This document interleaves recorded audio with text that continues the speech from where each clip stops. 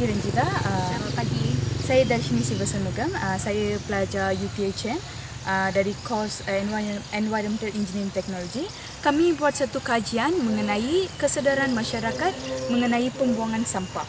Okay, so untuk bahagian A, saya nak Ranjita introduce yourself. Okey, nama saya Ranjida Anak Perempuan Satyasilan.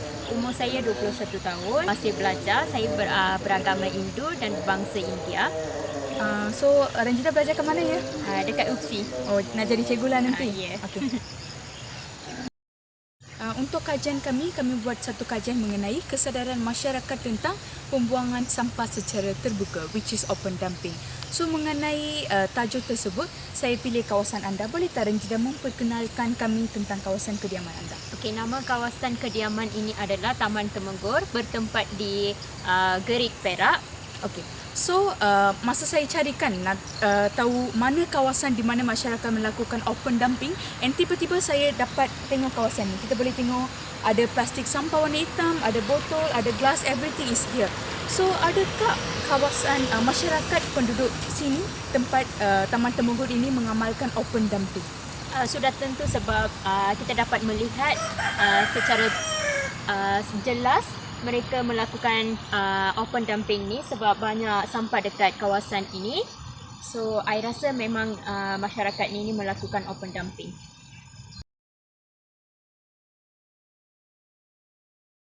Okey, dalam kajian kami ni tadi kita dah buat bahagian A. Untuk bahagian B ni kami ada tahap pengetahuan masyarakat mengenai pengurusan sampah di Malaysia.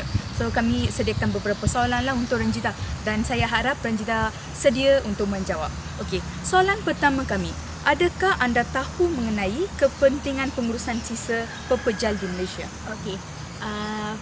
Pada pendapat saya pasti tahu tentang pengurusan sampah, tetapi ramai yang masih tidak menjejak kaki ke sekolah. Mungkin mereka tak tahu macam mana cara untuk melupuskan sampah.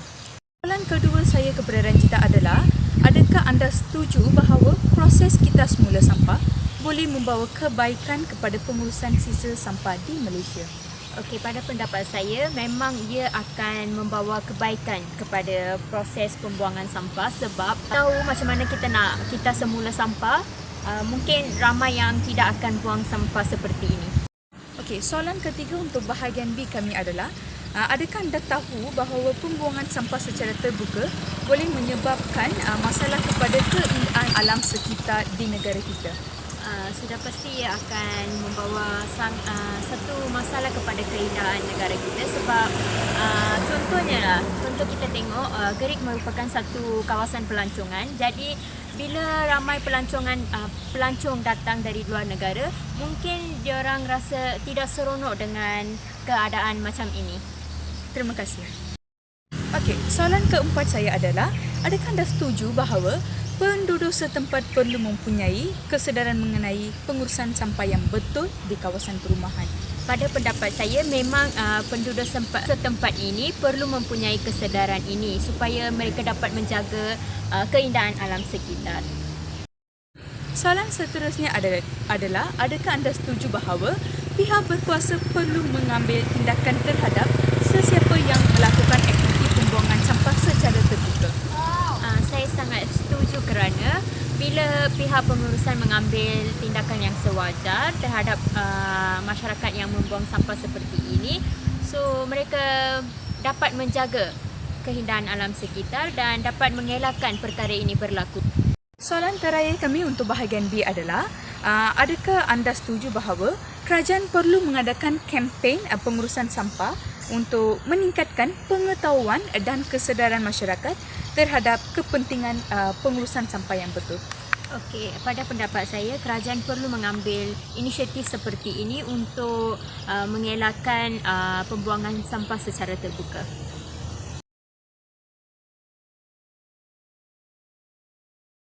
Seterusnya adalah bahagian C. So bahagian C ini mengenai kesedaran masyarakat terhadap pembuangan sampah secara terbuka di Malaysia.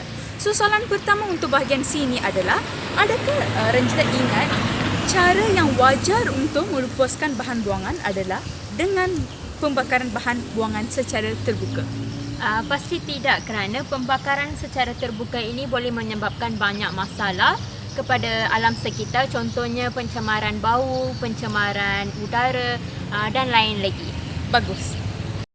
Soalan seterusnya adalah, proses kita semula atau mengamalkan konsep 4R merupakan kaedah yang terbaik untuk mengelakkan diri kita daripada melakukan pembuangan sampah secara terbuka. Adakah Ranjida setuju dengan pernyataan tersebut? Pasti ya, saya sangat setuju dengan cadangan ini sebab bila kita mengamalkan proses 4R iaitu recycle, reduce, reuse, replace, kita dapat mengelakkan pembuangan sampah secara terbuka seperti ini. Okay, soalan seterusnya adalah, wajarkah kompaun yang tinggi perlu dikenakan kepada sesiapa yang membuang sampah secara terbuka atau di kawasan larangan?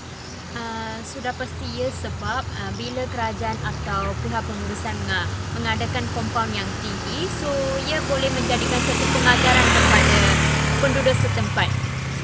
Nanti mereka tidak akan ulang perkara seperti ini. Okey, soalan seterusnya merupakan soalan yang panjang sikit dia, harap Ranjida bersabar. Soalan tersebut adalah, adakah anda tahu mengenai Akta 672 iaitu Akta Pengurusan Sisa Pepejal dan Pembersihan Awam 2007 disediakan untuk peruntukan bagi dan mengawal selia pengurusan sisa pepejal terkawal dan pembersihan awam bagi maksud menyelenggarakan kebersihan yang sepatutnya dan bagi perkara-perkara yang bersampingan. Okey, saya mempunyai sedikit pengetahuan tentang Akta 672 ni sebab masa saya belajar di sekolah menengah, tapi kita orang belajar tentang akta ini. Baik. Adakah denda yang sedia ada setimpal bagi perbuatan pembuangan sampah secara terbuka di negara kita? Pada pendapat saya rasa tidak setimpal kerana penduduk setempat masih melakukan perkara yang sama.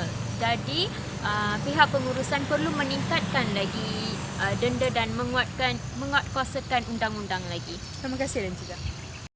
Soalan terakhir kami kepada Ranjida pada hari ini adalah, apakah yang akan dilakukan oleh anda sekiranya situasi seperti ini sering berlaku di kawasan kediaman anda? Okey, pada pendapat saya, penduduk setempat ini boleh mengadakan gotong royong setiap bulan. So, mereka dapat mengelakkan perkara ini berlaku lagi. Terima kasih ya Ranjida sebab sabar menunggu dan menjawab setiap soalan yang diedarkan oleh kami. Very much appreciated. Thank you.